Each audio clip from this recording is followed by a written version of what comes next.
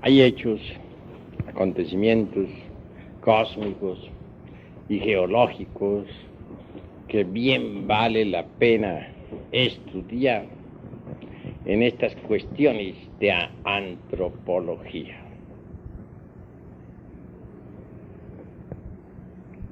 No hay duda de que la antropología científica gnóstica descorre todos los velos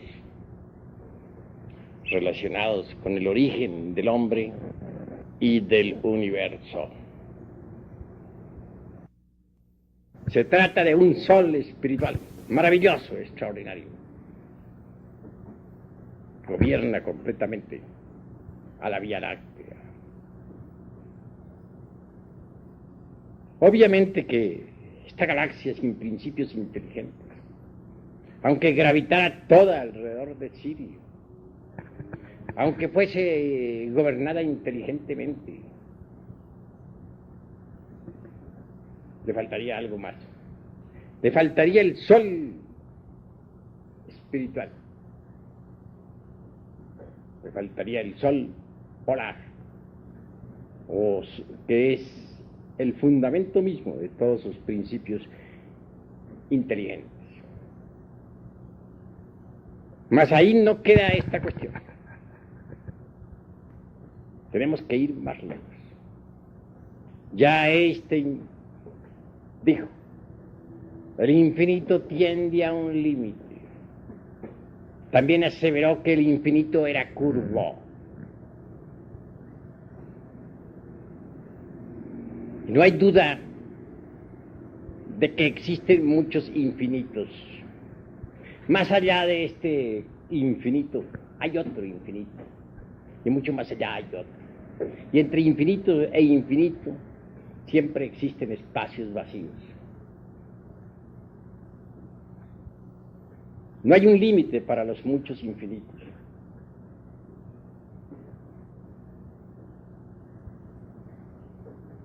Nuestro infinito, el infinito que yo llamaría de Einstein, puesto que fue él mismo quien dijo, el infinito tiende a un límite. Tiene alrededor de 100.000 galaxias, con un promedio de 100.000 soles cada uno, y sus millones de mundos. Esto es lo que alcanza a percibirse con los telescopios. Mas en verdad que este infinito en el que vivimos nosotros necesita de principios soberanos, inteligentes, que lo coordinen para evitar en lo posible colisiones y fracasos de toda especie. Afortunadamente existe el sol central, el sagrado sol absoluto.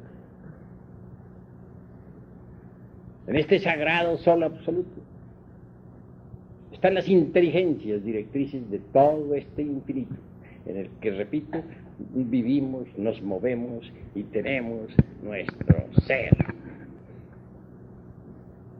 Así pues, la inteligencia gobierna todo el cosmos, en lo infinitamente grande y en lo infinitamente pequeño, en el macrocosmos y en el microcosmos, en un sistema de mundos y en un panal de abejas o en un hormiguero.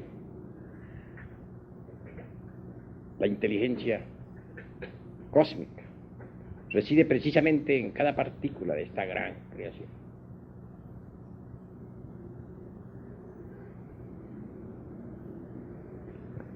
Mas continuemos hacia adelante.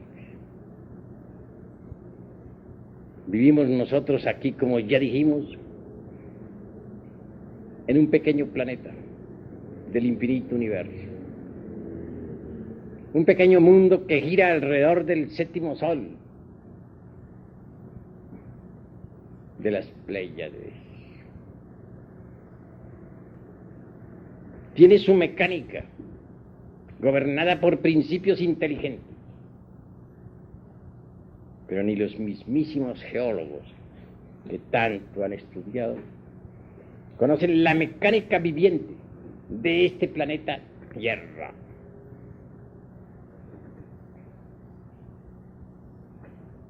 Siempre se ha creído, por ejemplo, que los continentes en los cuales existimos son fijos, firmes, inamovibles. Pero tal concepto resulta equivocado. Bien saben los científicos gnósticos que este planeta más bien se parece a la construcción de un huevo que a una masa firme. Si observamos un huevo de ave, veremos que tiene una yema que es movible y que se sostiene sobre una clara o sustancia pastosa o fluídica. Lo mismo sucede con nuestro mundo, Tierra. En verdad que sí tiene la forma de un huevo. Los continentes son como la yema, sosteniéndose sobre una sustancia clara, pastosa, fluida, gelatinosa, etc. Esa yema no está quieta, se mueve, gira sobre un eje periódicamente. Un día pudo la América y la Europa estar juntas y ahora están separadas, etc.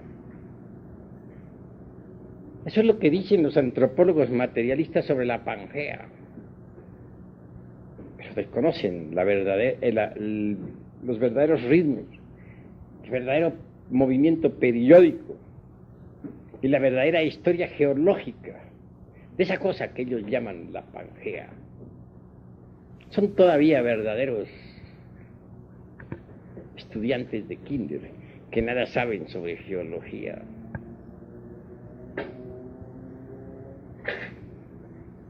Prosiguiendo, diríamos que hay pruebas más que suficientes como para demostrar claramente el movimiento de las masas continentales.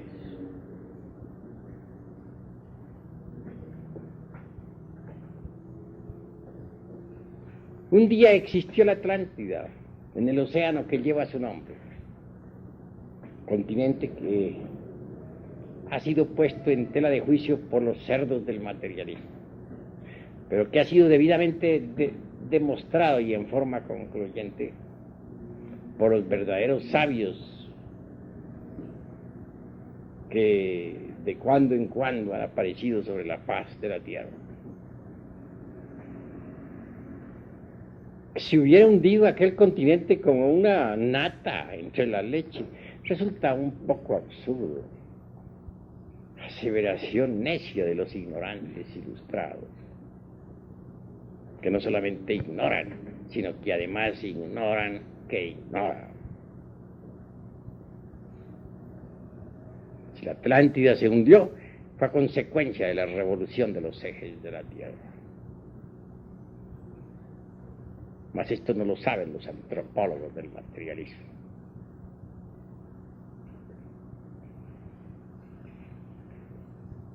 Esa catástrofe de la Atlántida dejó en mala situación a los actuales continentes. Observen ustedes las Américas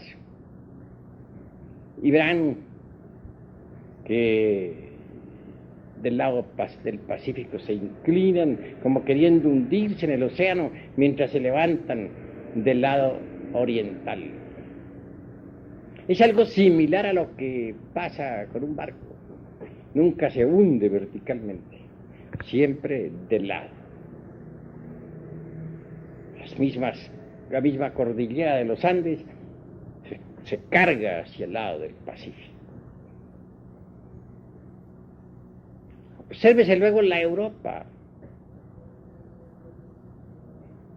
No hay duda de que por el Mediterráneo quiere hundirse, está más sumergida, más baja. Y todos esos países bajos están inclinados hacia el mar, hacia la profundidad. También vemos eso mismo en Alemania y en Rusia. Miremos nosotros, por último, al continente asiático. Está inclinado, como queriendo hundirse por el mar de las Indias. Así que los continentes quedaron averiados con la gran catástrofe atlántica, que desequilibró verdaderamente la formación geológica de nuestro mundo tierra. Hemos hablado mucho de soles y de catástrofes y de todo por el estilo. Los soles de Anáhuac es algo que nos invita a la reflexión. Los soles náhuatl son interesantísimos. El sol del fuego, el sol del aire, de las aguas, de la tierra. Marcan catástrofes cósmicas tremendas. Se dice que los hijos del primer sol que perecieron, devorados por los tigres. Claro está, los tigres de la sabiduría.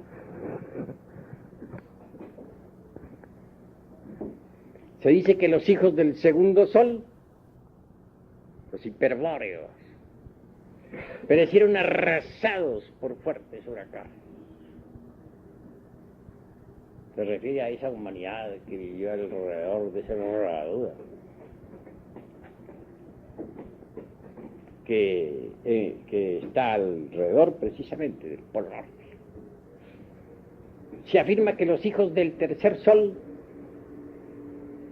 perecieron por sol de lluvia de fuego y grandes terremotos.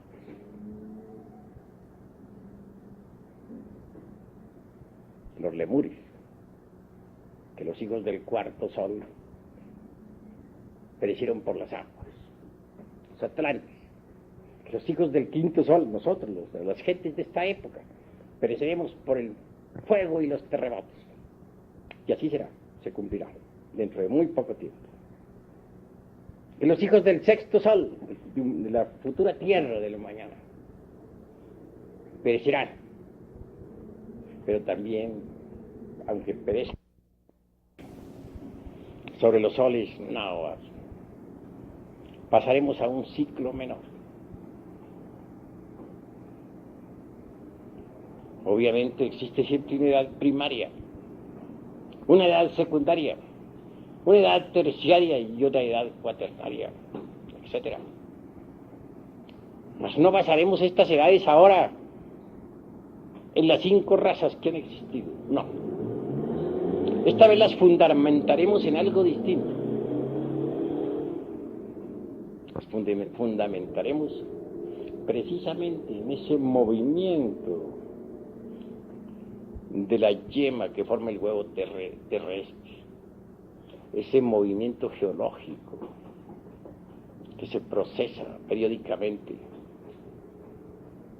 sobre su propio eje, el movimiento de continentes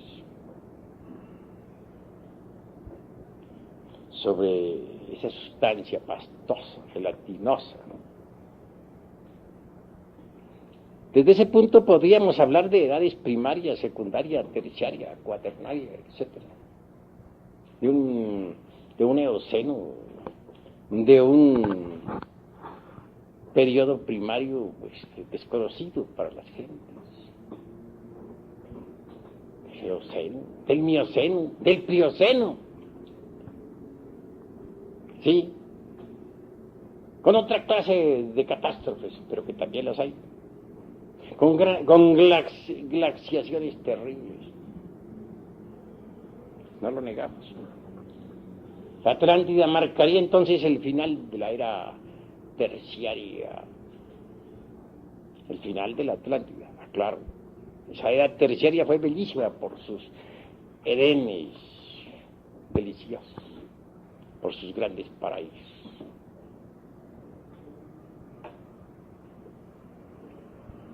Ha habido varias glaciaciones. No hay duda de que nos acercamos hacia otra glaciación. Hay catástrofes que son producidas por la revolución de los ejes de la Tierra, por la verticalización del polo del mundo, o de los polos del mundo. Pero hay catástrofes que son producidas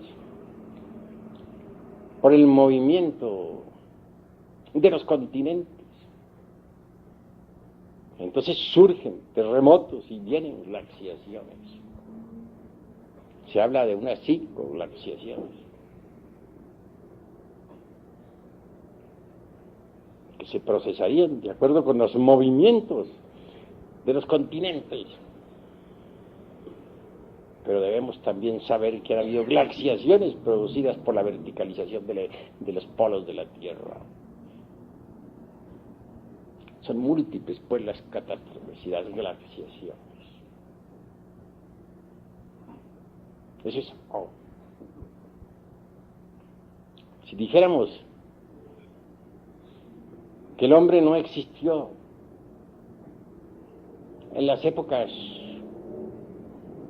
del Mioceno, o del Plioceno, o del Eoceno, estaríamos aseverando algo falso.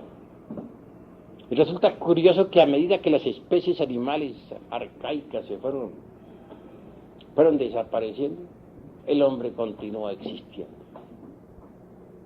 Estoy hablando de hombre, esta vez en un sentido meramente convencional, pues ya sabemos nosotros que el animal intelectual no es el verdadero hombre, pero en alguna forma tenemos que hablar. Eso es obvio.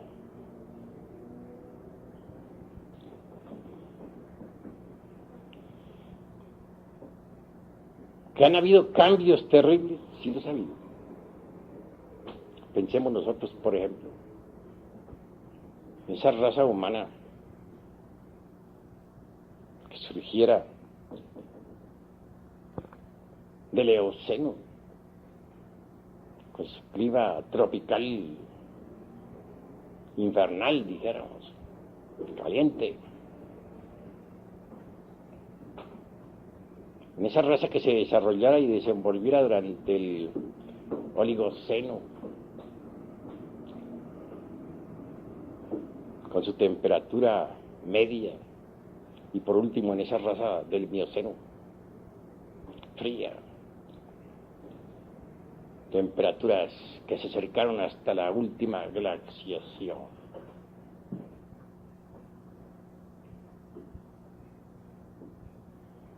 Lo interesante es que a pesar de tantas glaciaciones y catástrofes continúen los seres humanos existiendo. Que existe el hombre paleolítico todavía, increíble pero cierto. Y desaparecieron todas las especies animales de los tiempos arcaicos. Los enormes reptiles del Mesozoico. Sin embargo, continúan los seres humanos existiendo. ¿Cómo es posible esto? ¿Cómo es posible que todas las criaturas arcaicas hayan muerto y que el ser humano todavía siga vivo? De manera que pasaron las épocas primaria, secundaria, terciaria de nuestro mundo. Todavía vemos a los seres humanos en la calle. Esto nos da autoridad más que suficiente como para decirle al señor Darwin y a Mr. Huxley y al señor Haeckel, que tanto daño hizo a la humanidad con sus teorías materialistas, que el ser humano existió desde mucho antes de la época paleolítica. Dije algo en la pasada cátedra sobre el ombligo del universo, sobre el Omeyocan. Lo comparé como al germen, y así es, del cual nació este planeta Tierra. Pues claro que el Omeyocan se desenvolvió en varias dimensiones antes de que el planeta Tierra pudiera existir físicamente. Quiero decir que en el Omeyocan, en el ombligo del mundo, se gestó el planeta Tierra,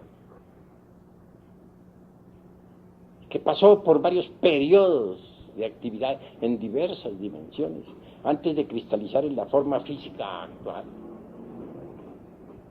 Es obvio que el ser humano como semilla se desenvolvió desde lo Meyoca, y fue cristalizando poco a poco a través de diversas dimensiones hasta tomar la forma física en la época polar. Pero aquí estamos tocando asuntos que molestan a los materialistas. Ellos dicen que no creen sino en lo que ven. Sin embargo, creen en todas sus utopías. Andan buscando al hombre primordial entre las capas subterráneas de la época cuaternaria. Inventan cada día más y más teorías en las que creen. No las han visto, pero creen. Entonces están diciendo mentiras, están creyendo en lo que no ven.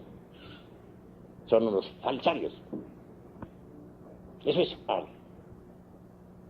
Están asegurando falsedades, diciendo que no creen sino en lo que ven y creen en un poco de conjeturas, de hipótesis que no han sido comprobadas jamás. Nunca. Nosotros podemos comprobar lo que decimos. Tenemos sistemas de investigación a través de las técnicas más difíciles de la meditación, mediante las cuales desarrollamos determinadas facultades, tales como, por ejemplo, el tipo de la intuición más elevada, llamado Prajna Paramita, que nos permite de verdad estudiar los registros akáshicos de la naturaleza. En esos registros está toda la historia de la Tierra y de sus razas. Y si los cerdos del materialismo dejan su posición fanática y se resuelven a entrar en las disciplinas de la gnosis, pueden desarrollar tales facultades, mediante las cuales les será asequible a ellos la historia de la Tierra y de sus razas. Así que, mis estimables amigos, vale la pena que reflexionemos profundamente en todas estas cuestiones. La hora ha llegado en que cada uno de nosotros reflexione sobre sí mismo y sobre el universo. El hombre existe sobre la Tierra mucho más allá de la edad primaria.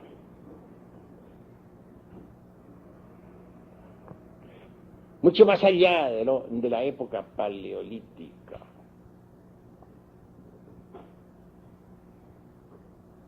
Y repito, nos da derecho a afirmar esto. El mismo hecho concreto de que sigamos existiendo a pesar de que todos los animales, todas las criaturas de los tiempos arcaicos desaparecieron ya en su mayoría. Si eso es así, tenemos derecho para decir que somos tan antiguos como la Tierra, como la naturaleza. Porque hechos son hechos, y ante los hechos tenemos que rendirnos. Si no hemos perecido, si no hemos desaparecido del escenario del mundo, a través de tantas catástrofes y a pesar de que todas las criaturas de los tiempos mesozoicos se acabaron, entonces tenemos derecho a decir que somos criaturas especiales,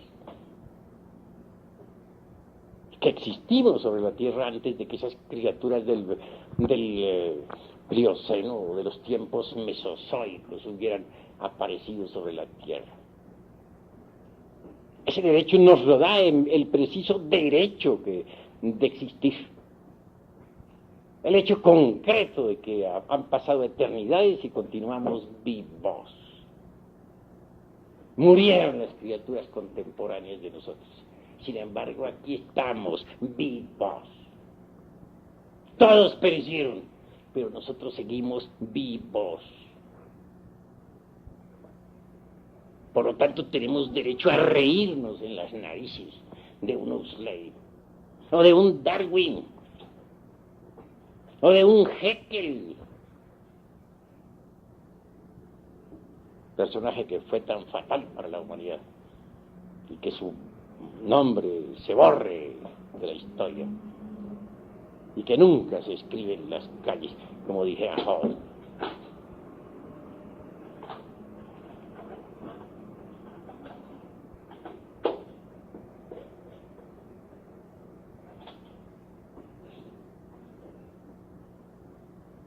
Los distintos escenarios en los que se ha desenvuelto esta humanidad merecen ser tenidos en cuenta. Cuán sabios son los soles maravillosos de los náhuatl. No solamente contemplan a aquella raza que fue devorada por los tigres de la sapiencia, sino también a los hiperbóreos que perecieron arrasados por fuertes huracanes, y a los lemures que perecieron por sol de lluvia de fuego y grandes terremotos, y a los atlantes que perecieron abnegados por las aguas. Esos soles náhuatl van más lejos. Contemplan también los movimientos de esa yema de huevo dentro de la clara. Los movimientos periódicos de estos continentes que tan pronto se separan como se alejan, que tan pronto producen grandes glaciaciones donde perece toda vida, como originan nuevas actividades. Esos soles de Anáhuac trabajan a través de los periodos primario, secundario, terciario, cuaternario, etc. Por último, se les eleva en los cambios de fuego que de cada 52 años. Estamos ahora en el quinto de esos cambios, el quinto sol. Es que la doctrina secreta de Anáhuac contiene tesoros preciosos que nunca jamás aceptarían los enemigos de México, los antropólogos del materialismo ateo. Hasta aquí mis palabras. Paz y bendición. Se trata de un sol espiritual, maravilloso, extraordinario. Gobierna completamente a la Vía Láctea. Obviamente que esta galaxia sin principios inteligentes, aunque gravitara toda alrededor de Sirio, aunque fuese gobernada inteligentemente, le faltaría algo más. Le faltaría el sol. Y no hay duda de que existen muchos infinitos. Más allá de este infinito hay otro infinito. Y mucho más allá hay otro. Y entre infinito e infinito siempre existen espacios vacíos. No hay un límite para los muchos infinitos.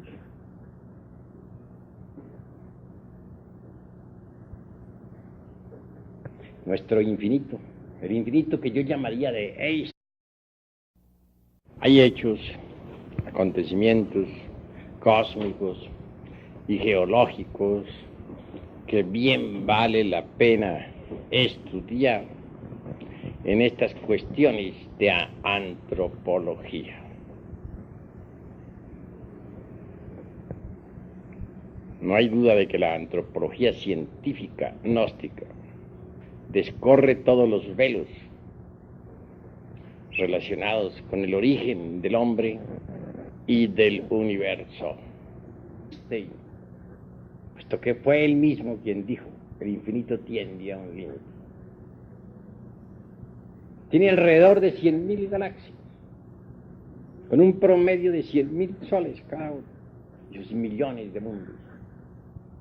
Esto es lo que alcanza a percibirse con los telescopios. Mas en verdad que este infinito en el que vivimos nosotros necesita de principios soberanos, inteligentes, que lo coordinen para habitar espiritual. Me faltaría el sol polar, que es el fundamento mismo de todos sus principios inteligentes. Mas ahí no queda esta cuestión. Tenemos que ir más lejos. Ya Einstein dijo, el infinito tiende a un límite. También aseveró que el infinito era curvo.